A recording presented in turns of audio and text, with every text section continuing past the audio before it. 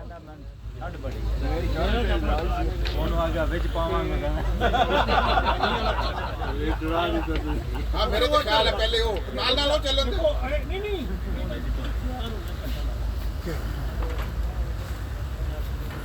ਉਹ ਤਾਂ ਠੀਕ ਹੈ ਘੰਟਾ ਕਿਹੜਾ